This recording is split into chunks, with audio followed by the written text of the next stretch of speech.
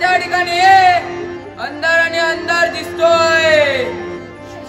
हे अरण्य या वज्राच्या वस्तीस्थान आणि येणाऱ्या जाणाऱ्यांचा मार्ग अडवावा व त्यांच्याजवळ धन दौलत असलेली हस्तगत करून घेणे हा माझा व्यवसाय.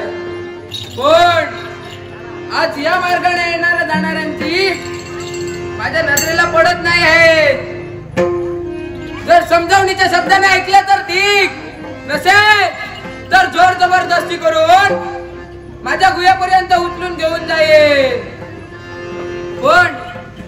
पण हा काय प्रकार?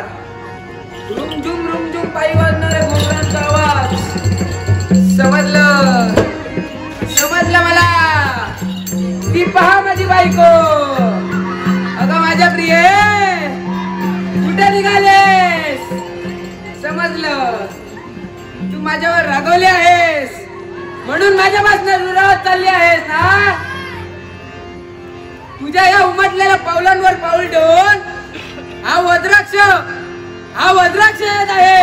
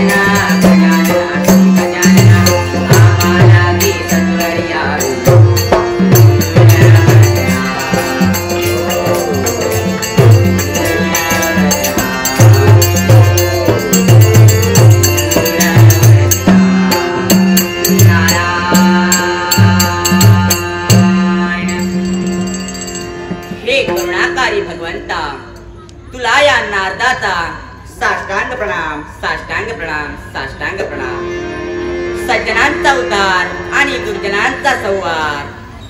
सज्जन वर कसे येतील आणि या जगात दुर्जनांचा राज होईल. म्हणूनच प्रत्येकाला मार्गस्थ करणे हे या नारदाचे कर्तव्य आहे. चुकलेल्याला समजावून सांगणे. प्रत्येक मरत मानवाने सुखाच्या मार्गाने वाटचाल करावी. म्हणूनच मी हे जगदोद्धाराचे कर्तव्य मी माझ्या हाती घेतले. स्वर्ग, मृत्यू आणि पाताळ या तिन्ही दलात माझी भ्रमंती असते. ज्या त्यावेळी या विश्वावर संकट येईल त्या त्यावेळी या देवतांना सहकार्य म्हणून मी सहकार्य करेन आणि तेच सहकार्य मी परिपूर्ण करतोय. देवा, हे सहकार्य परिपूर्ण करत असताना मला यशाची प्राप्ती घडून दे, मला यशाची प्राप्ती घडून दे, हे तुझ्या चरणी प्रार्थना. पण हा काय प्रकार? कोणाचा तरी येण्याचा आवाज होतोय, कोणाचा तरी हात होतोय येण्याचा. देवा, मी तुला शोधतो आहे. अगं माझ्या प्रिये, तू इकडे रुमझुम रुमझुम पायी वाजणाऱ्या घुंगरांचा आवाज करत फिरतेस. मला वाटलं तूच ती.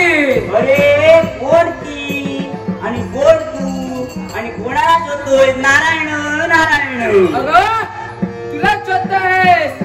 अगं माझ्या प्रिये, काय विचारतेस? तू माझी बायको आणि मी तुझा नवरा. आता मी तुला माझ्यासोबत घेऊन जाणार आहे.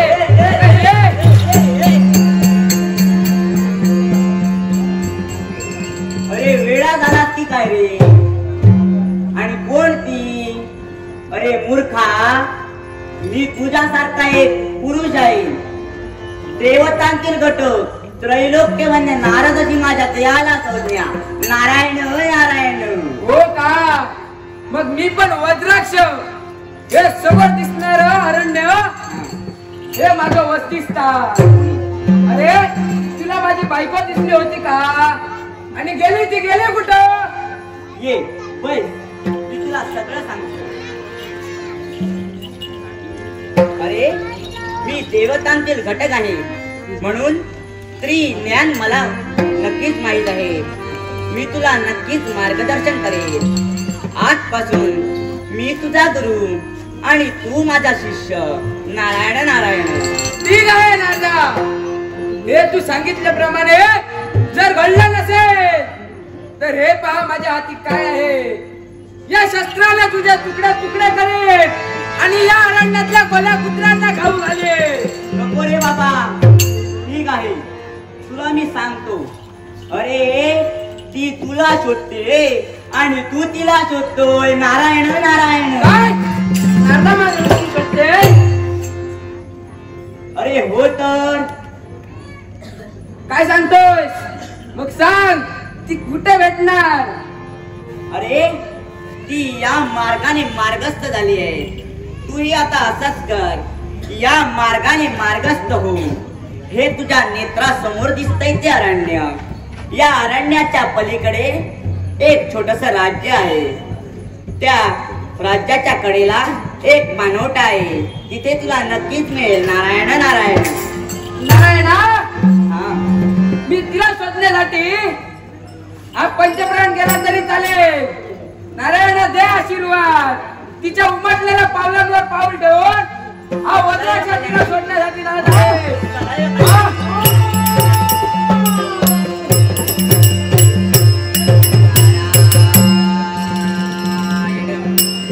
वा देवा, तुझी लीला अगाध आहे.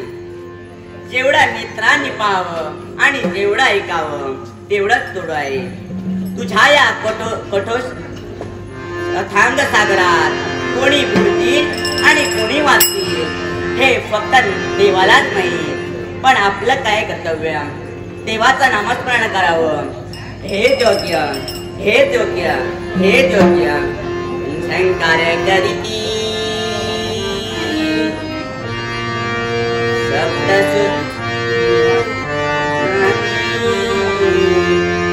शंकर करीती सप्तसुरानी माझी ब्रह्मविना. शंकर करीती सप्तसुरानी माझी ब्रह्मविना. सारे ज्योतिरे हरिता हरिया बालक जगताता करतो भजन नारायण वंदनी तव चरणा. करतो भजन नारायण वंदनी तव चरणा. करतो भजन नारायण वंदनी तव चरणा. शंकर करीते सप्तसुरानी माझी ब्रह्मविना. हो माझी ब्रह्मविना. करीते सप्तसुरानी माझी ब्रह्मविना. सारी रे गोडी रे हरिता हरी बालक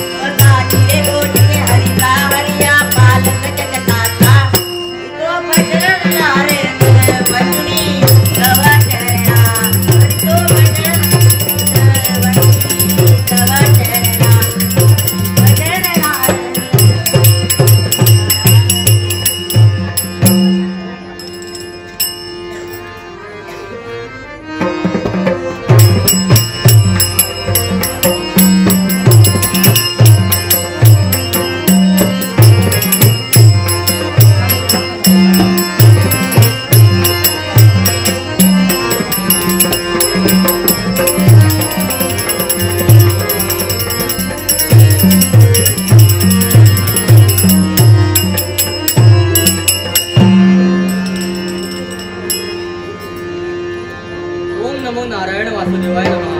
ओम नमो नारायण वासुदेवाय नमः. ओम नमो नारायण वासुदेवाय नमः. पक्षीराजाने पहाट झाल्याची जाणीव करून देता क्षणी निद्रेच्या अधीन केलेला देह स्वतः स्वाधीन करून घेतला. नित्य कर्तव्याची परिपूर्तता व्हावी म्हणून राज्य महालाचा त्याग करून राज्यप्रसादी पावले वळवली. राज्य महालात आमची पावले पडता क्षणी सेनापती, सरसेनानी, अमात्यगण, भागदार, चोपदार एवढंच नव्हे तर पदाचे पदाधिकारी यांच्या मुखाद्वारे आमच्या नावाचा जय जयकार होत आहे. धर्मपूर नगरीचे राजकर्ते धर्मदत्त यांचा जय जयकार असो हे शब्द आमच्या खाली पडतात मनाचं समाधान झालं होणारच. कारण आजवर आमच्या पूर्वजांच्या आणि त्या देवतांच्या कृपे करून सत्ता, वैभव आणि संपत्ती या सर्वांचा मान राखून योग्य रीतीने आम्ही सांभाळ करत आहोत. कारण या विश्वात आमचं ना कुठेतरी अजरामर राहिलं पाहिजे. ही सर्व कृपा कोणाची तर त्या भगवंताची म्हणायला हरकत नाही. कारण आम्ही फक्त निमित्त आहोत एवढंच म्हणून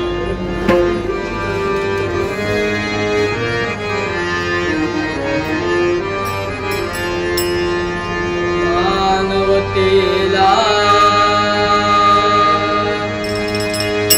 जगे सुख मिळे. मानवतेला जगे मानवतेला नर देहा सार्थकी झाला. नर देहा सार्थकी झाला.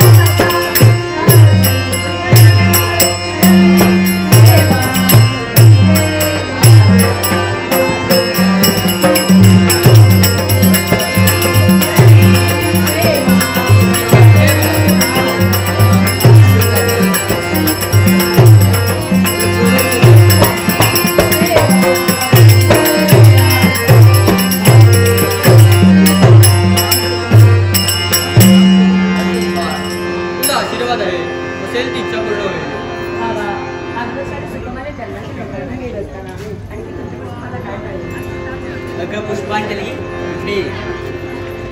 आज तुझ्या सेवेवर तुझे बाबा आनंद झालाय त्यांना. हे या राज्यात काय आहे जरा बाहेर फेरफटका मारून ये. का बघ ते अरण्य. ही इच्छा तुझ्या बाबांकडे प्रगट कर. ठीक आहे बाबा, मी काय म्हणत होते. आता तू म्हणणारच. सांग काय आहे तुझी इच्छा. बाबा, मला या राज्याचा त्याग करून बाहेरील राज्यातील अरण्यात जायचं आहे. तेथे थंड हवा, प्राणी पशु पक्षी पाहायचे आहे. मला तुमची परवानगी द्या. अशी येते आणि अशी येते. पण बाळ, तू म्हणत आहेस मला या अरण्याच्या ठिकाणी जायचं आहे. पण त्या अरण्यात मोठमोठे हिंसक प्राणी असतात. त्यापासून तुला स्वतःचं संरक्षण करता येईल का. बाबा, मी त्यांना दुरूनच पाहिजे. त्यांच्याजवळ मी जाणार नाही. आणि तशी का तुम्ही याची काळजी करू नका, कारण मी तुमची राखी कन्या आहे ना. राजन, ती म्हणते तर तिला जाऊ दे. मग ठीक आहे. आता गेल्यावर सूर्यास्त होण्यापूर्वी पूर्वी पुन्हा राजदरबारापर्यंत आलं पाहिजे. मग ठीक आहे बाबा, द्या आशीर्वाद. जाते मी.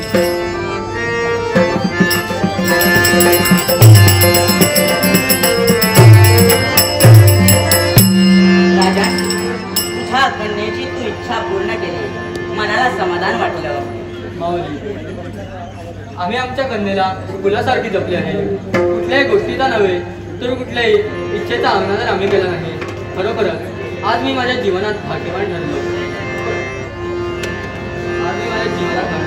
कारण मी माझं कर्तव्य पूर्ण केलं आहे. आणि माझी अन्य काही कर्तव्य पूर्ण आहे ती मला पूर्णत्वास न्यायची आहे. त्यासाठी मी तुमचा आशीर्वाद घेऊन निघालो.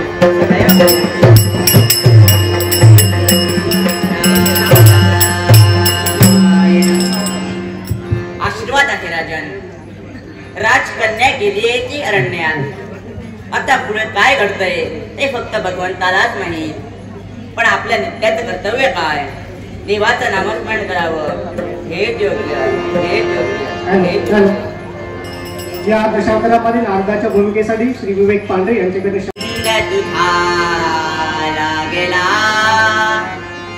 लागेला तुझ्या नामाचा छंद तुझा लागेला लागेला तुझ्या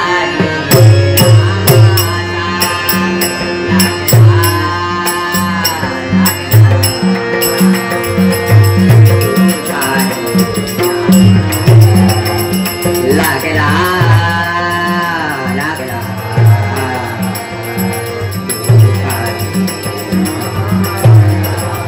लागेला लागेला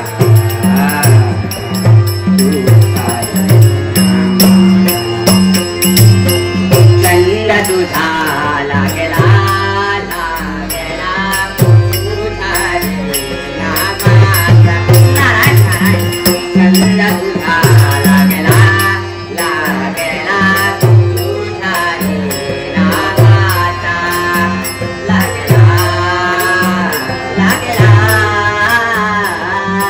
तुझा नामाचा लागेला लागेला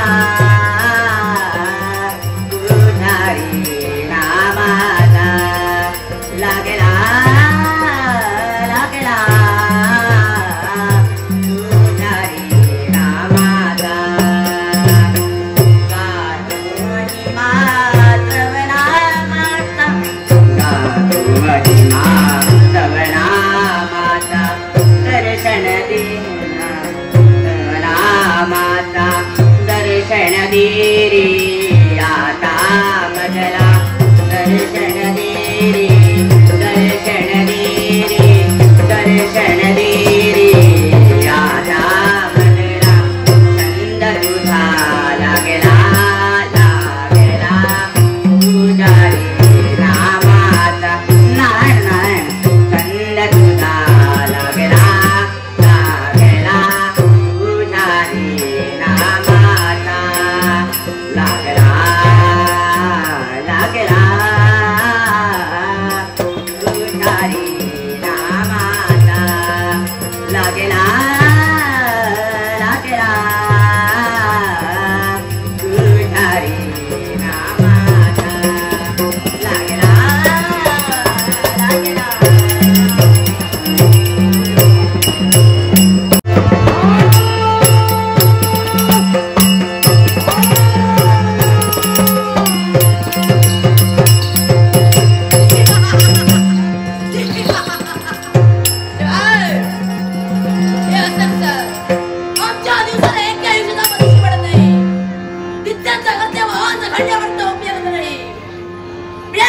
ढार मारून त्याचं मांस कसं वचा वचा खाणार, हाडं कशी खाणार खाणार खाणार.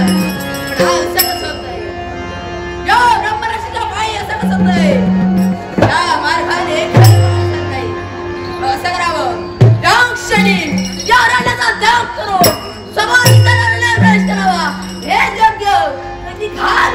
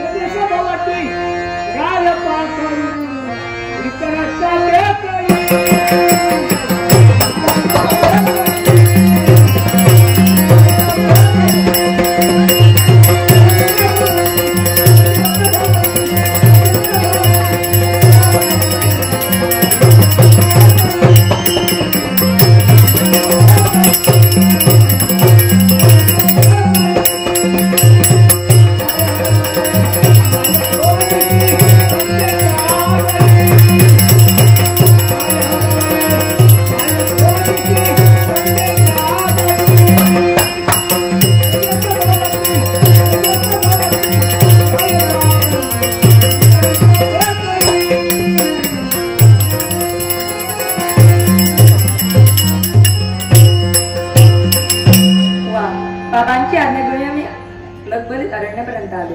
पण खरोखरच मन मोहन टाकणारे हे रमणीय वातावरण ज्या ज्या ठिकाणी पाहावं त्या त्या ठिकाणी मला कसं भरून आनंद लुटावा असं वाटतो.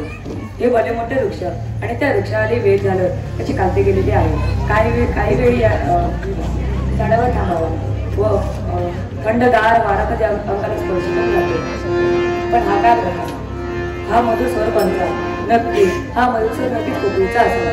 वाघा कोकिळ तू जशी पंचस्वरात जाते तशी मी सुद्धा पंचस्वरात जाईल.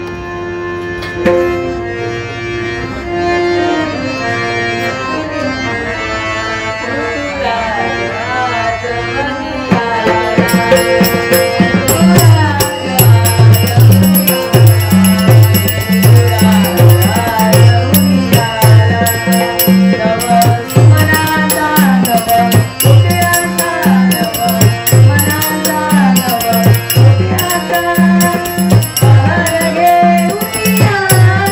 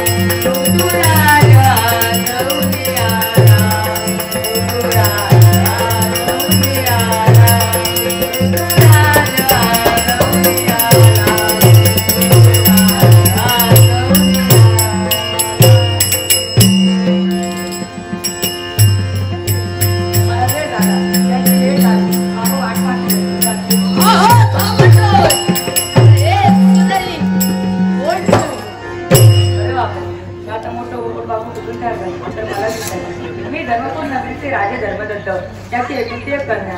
नाव माझं पुष्पांजली. ब्रह्मराक्षसी मला राजा कन्या या अरण्यावर वास्तव्य. अरे बापरे. ओ वज्राज ओ ब्रह्मराक्षस, मी अरण्याची शोभा पाहण्यासाठी इथपर्यंत आले होते आणि ती आता माझी पाहून झाली. मग तुम्ही असं करा, माझ्या मार्गातून मार्गस्थ व्हा, मला जाऊ दे. बाबा वाट पाहत तू म्हणतेस मी निघाले.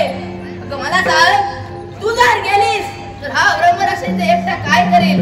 तर तू अजिबात घाबरू नको, तुला खाणार नाही. ब्रह्मराक्षस, तुम्ही या अरण्यात भटकणारे, मासपटक खाणारे, तुम्हाला भीती कशाची?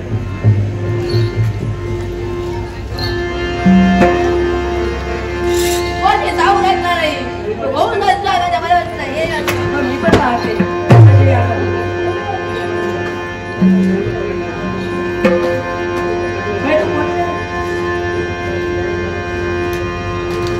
मग तू कोणत्या ठिकाणी सांगितलं काय ते दिसला पाहते.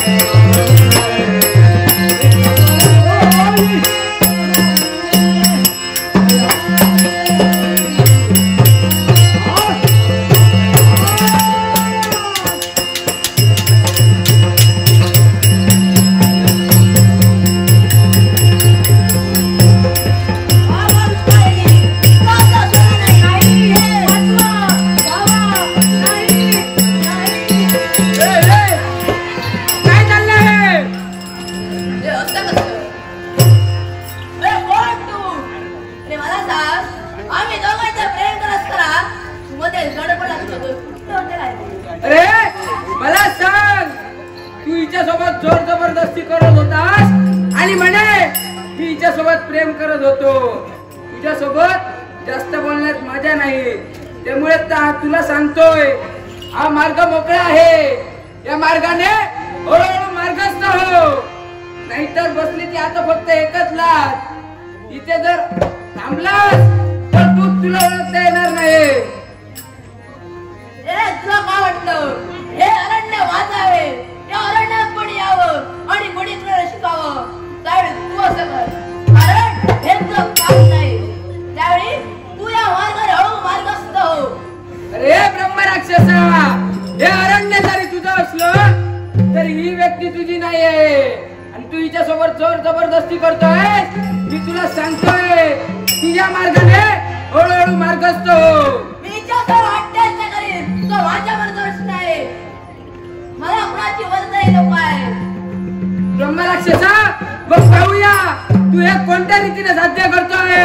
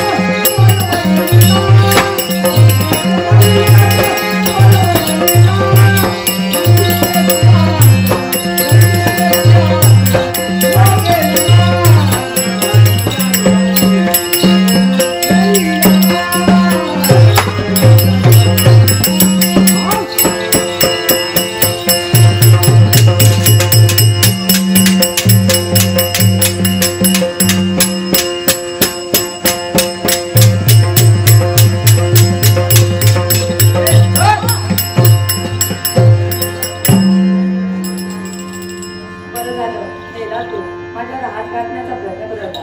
भद्राक्ष, तुम्ही योग्य वेळा आला माझा जीव वाचवला. हे तुमची मनापासून आभारी आहे. हो, तुम्ही कोण आणि कोणाची कोण? या अरण्यात काय करताय? मी धर्मपूर नगरीचे राजे धर्मदत्त, त्याची एक कन्या, नाव माझं पुष्पांजली. वा, म्हणजे अजून तुमचं लग्न झालं नाही वाटतं. तुमचं नाव मला आवडलं. मी एक विचारू का? मी राहणार. माझा या जगात कोणी नाही. मी या जगात एकटाच. तू माझ्याशी लग्न करशील का? आणि लग्न? हो भद्राक्ष, मला एक सांगा, तुम्ही माझे प्राण वाचवले पण तुम्ही त्याची परतफेड करशाल का? मला वाटलं नव्हतं. मनात माझ्या आलं की तुझी मान मोडून इथेच टावेल आणि तुझं शेवट इकडेच करील. पुष्पांजली, मलाही पाहायचं आहे हे तू कोणत्या रीतीने साध्य करतोय. मी सुद्धा पाहते.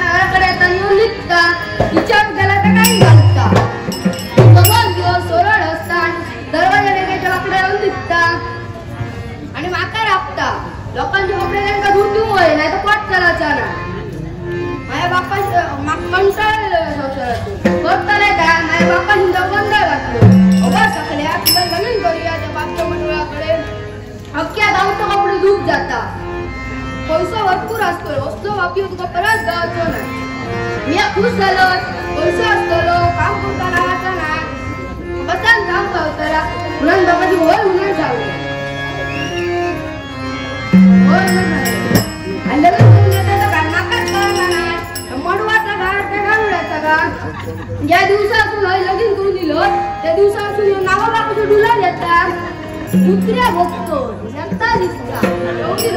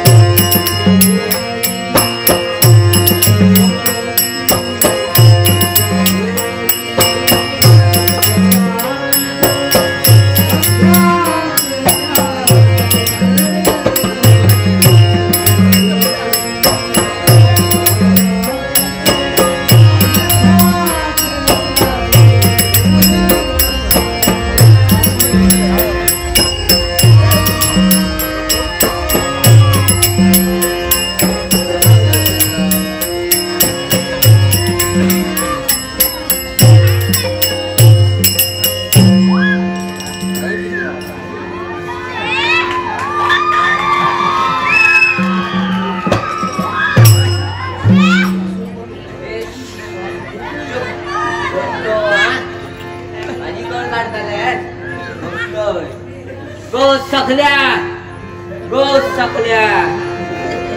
काय गेला या गो दारगड तिला कसा तुझे दार उघडा असा एवढा हो किती भावकी चांगलं दारुडा ठेवू नको म्हणा हा त्या दार बंद करू आणि त्या पाठून सगळा उघडा आणि पुन्हा दार बंद करू का तुझा कोण काय वरतान वरात ठेवला का गो सकल्या माझा फोन होतो म्हणून काय मी अभियान नाही कोणत्या आवाजाला का पूर ओळखतो त्यांना माहीत असता की हा बापू म्हणवाळ घराकडे नसतो काहीच्या अडचणी बापू असा त्यांना का तो कोण दिसा हया हा बरा मी मास्तराचे कपडे घे सारखे धुवे तिने पैसे माझ्याकडे दिले तू व्यवहार मात्र करू आले कपडे त्याने पहिले पैसे दिले आणि माझ्याकडे दी सगळ्या पैसे दिली माझ्याकडे दिले पण ते आता आहोत ते खय चांगलं माका गरजात देतो अरे बापरे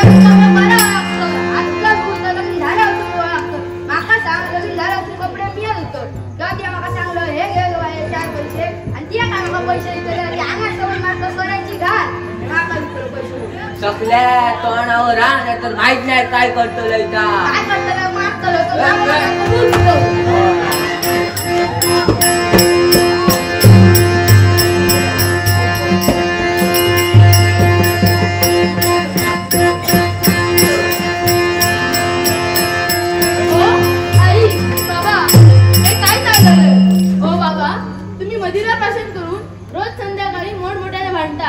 आई तुम्हाला किती वेळा सांगितले तरी सुद्धा तुम्ही ऐकायला तयार नाही अरे जिला आम्ही करू तरी काय करू आज तुझा उद्या तुला लागता उद्या भलतालाच ना वाड्यातच चालला मामा कंटाळलो ते तोंड घेऊन जाऊ वाटतं मग आई मला पण कंटाळा आलाय हे उपदिवस जेवण जगण्यापेक्षा कुठेतरी दूर निघून जावं म्हणून आज मी निश्चय घेतलाय हे घर सोडून मी चाललोय नको मला हे घर नको आई बाप मी निघालोय नको जिना सोडून जाऊ नको या गेल्या कोण बघतो नको आई मला अडवू नको मी सगळं जातोय बाळा आमका सोडून जाऊ की आमका सोडून गेले तर आमचा काय शिल्लक नको बाबा मला सांगू नका मी जातोय बाळा असा जर असा तुझ्यासाठी उन्हात तुका मी सांगतो असा जर असा तर आजपासून मी आज सोडून सोडलं आजपासून सोऱ्याचं एक थेंब सुद्धा तोंडात घेऊन झाला मा आई तर बाबांनी माझ्यासाठी असा निर्णय घेतला असेल तर मी सुद्धा दोघांना उलटे सोडून जाणार नाही रे बाबा ती आमपासून कल्याण जाऊ नको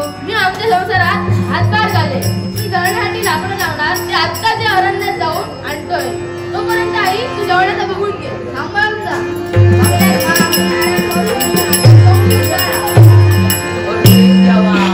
महाराजांनी संदेश पाठवलेलो राज दरबारात घेऊन जाऊ सांगले संसद जाऊन येतो काय महाराजांनी बोलायला कोणाची कळ नाही मका तू संपले आज सगळ्यात चोरो खाल्लं पण कोणाची चोरीला गाडी करून जाऊन येतं या दिवसात जेवणाचं काहीतरी करून घे लक्षात घे दार बंद करून घे आधी थोडे कपडे श्री बाबू मोहित यांच्याकडनं पुष्पांजलीसाठी ₹100 पारितोषिक आलेलं आहे आपले मनपूर्वक धन्यवाद.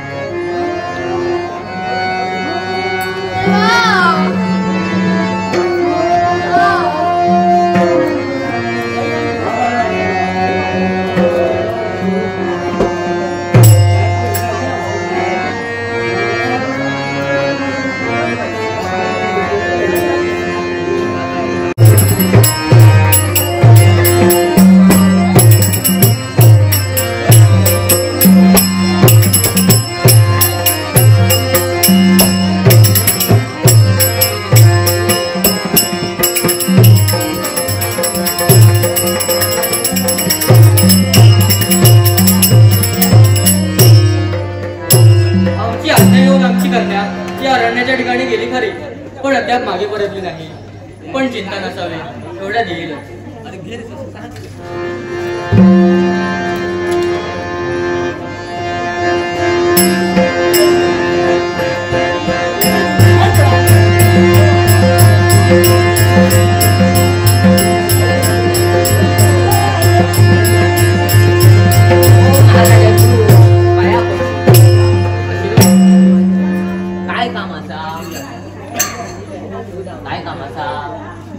म्हणजे मी पाठवला संदेश आपल्यापर्यंत पोहोचला. ना विचारूक ना, कोणतरी इल्लो म्हणालो का राज दरबारात बनायला. अरे त्याचं नाव संदेश नव्हे, तर त्याच्याजवळ मी तुला संदेश पाठवला होता. मला सांग, आपला व्यवसाय काय? कपडे धुतो, तुमका माहित असं भाऊ. मग आमची वस्त्र कोण धुतो? आपण आहेत ना. मग कित्येक दिवस झाले आमची वस्त्र धुवायची आहेत. त्याचा काय झालं मला? कित्येक दिवस लग्ना जत्रा खूप कामाचं खूप बवाल होतो, त्याच्यामुळे हळीच्या दिशेने येऊकच मिळत ना. त्याच्यामुळे बिया तुटलेल्या बिया. चला मग आमची वस्त्र घेऊन.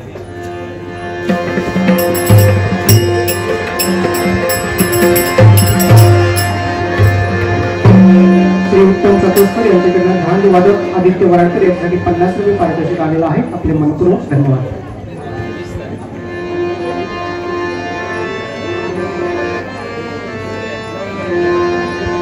श्री सुमन कराडकर यांच्याकडनं राजा धर्मदत्त यांच्यासाठी ₹100 पारितोषिक आलेलं आहे.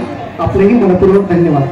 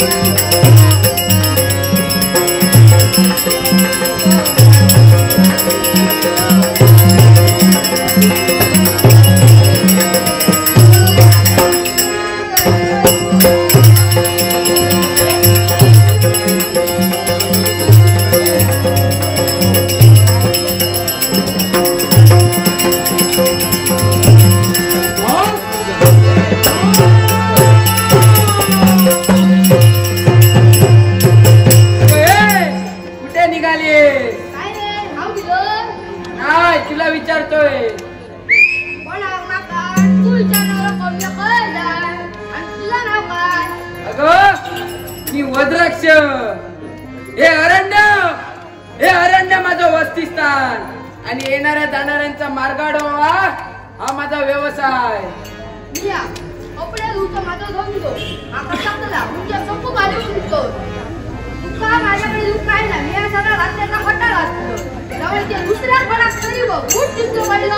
अगं हे सगो तुझ्या ज्ञानासारखं बरंच काय आहे.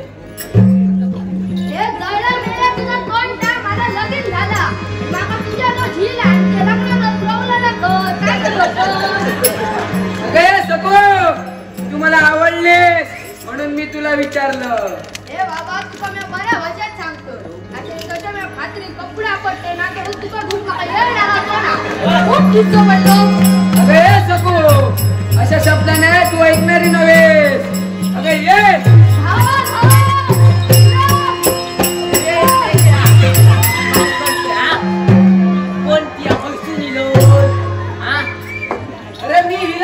माझ्या गुहेत नाही जातो. आणि आपण कोण? अरे ह्याचा आता या काम कर. अरे ह्याचा आता मी काय बघलं आणि ऐकलं तर या काम कर. एका नको ये इथे तुझ्या चल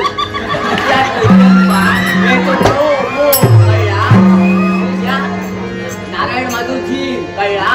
हळूहळू वाटे गेला कळला. काय बोलतात? नारायण आपला मुलगा.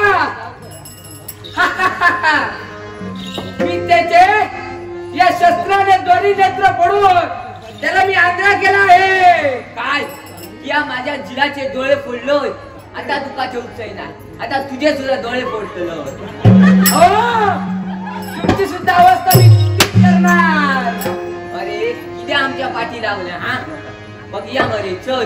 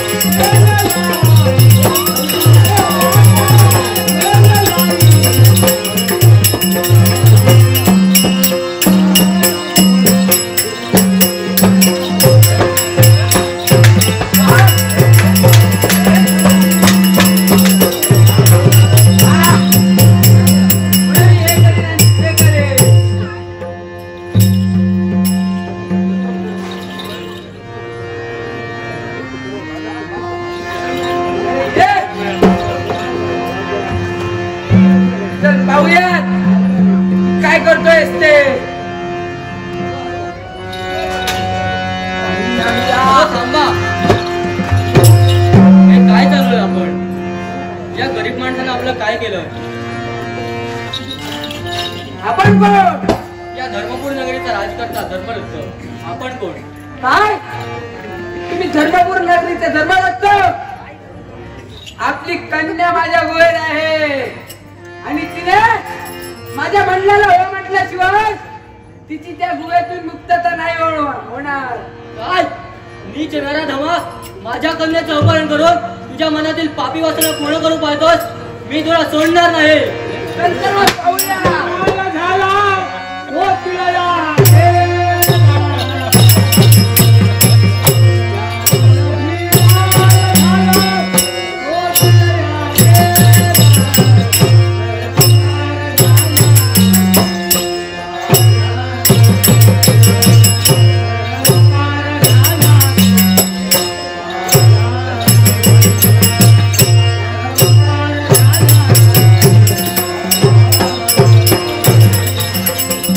Thank you.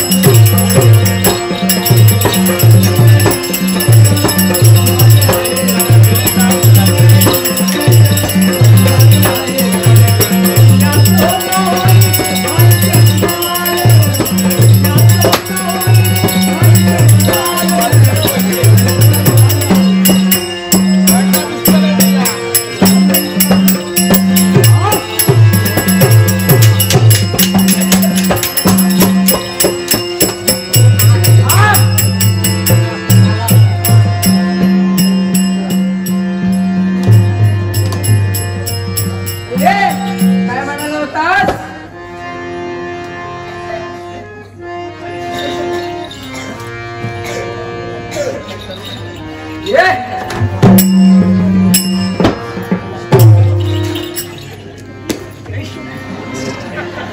काय म्हणाला होतास? बोल.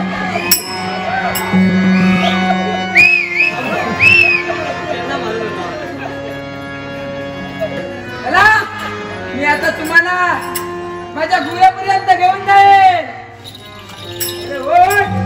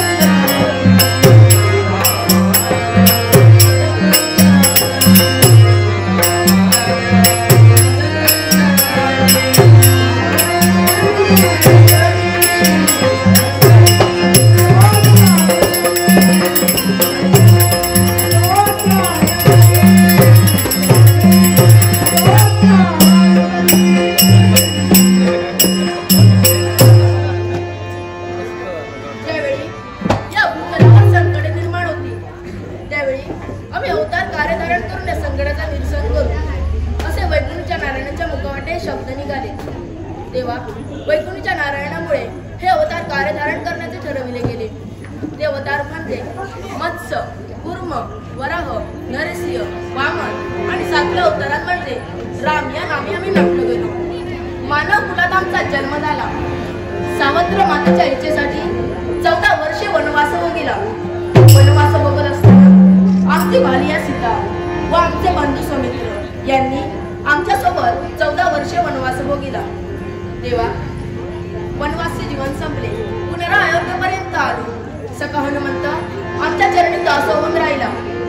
तेव्हा आहे या रामाचा सर्वांना आशीर्वाद आहे.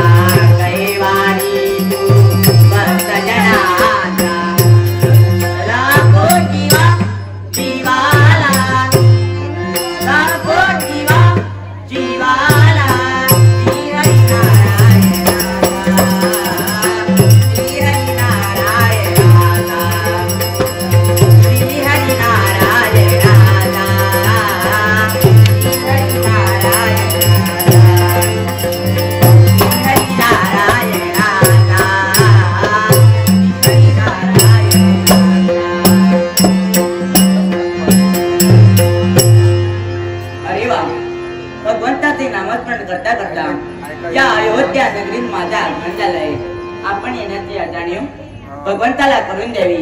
हेच योग्य, हेच योग्य, हेच योग्य. नारायण देवा, तुला या नादाचा साष्टांग प्रणाम, साष्टांग प्रणाम, साष्टांग प्रणाम. देवा, तुझ्या या जगात तुझे कित्येक भक्त आहेत, पण मी आज काय पाहतोय, तुझ्या या निस्सीम भक्तांवर संकट मातलंय. काय नारदा, त्रैलोक्याने तू आहेस, या त्रैलोक्यात भ्रमण तू करतो आहेस.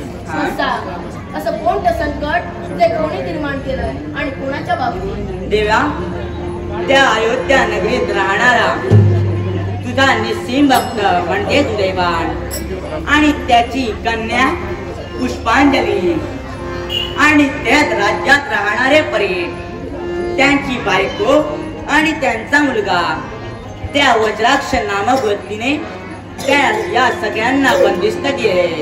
काय नारदा, या वज्राक्ष नामक व्यक्तीने या भूतलावर नव्हे, एवढंच नव्हे तर माझ्या भक्तांवर अन्याय नसताना त्यांच्या देहावर अत्याचार करतो आहे.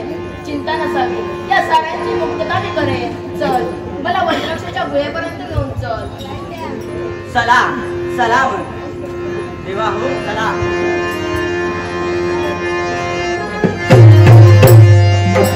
यांच्याकडनं धर्मरक्षाच्या भूमिकेसाठी आपले धन्यवाद.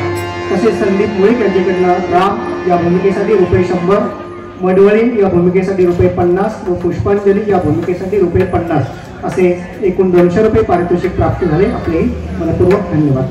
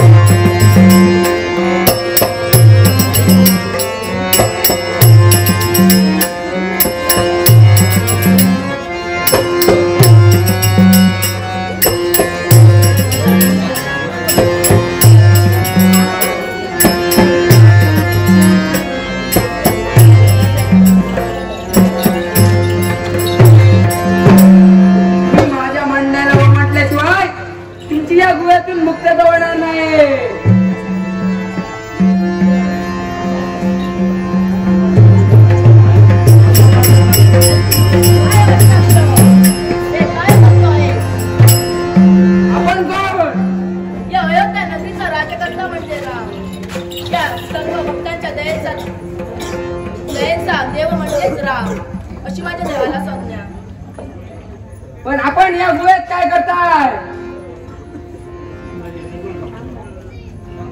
या भक्तांच्या मुक्ततेसाठी मी इथपर्यंत आलो आहे.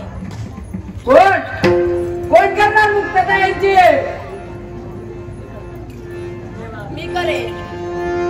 चल मग पाहूया. रामकथा रचती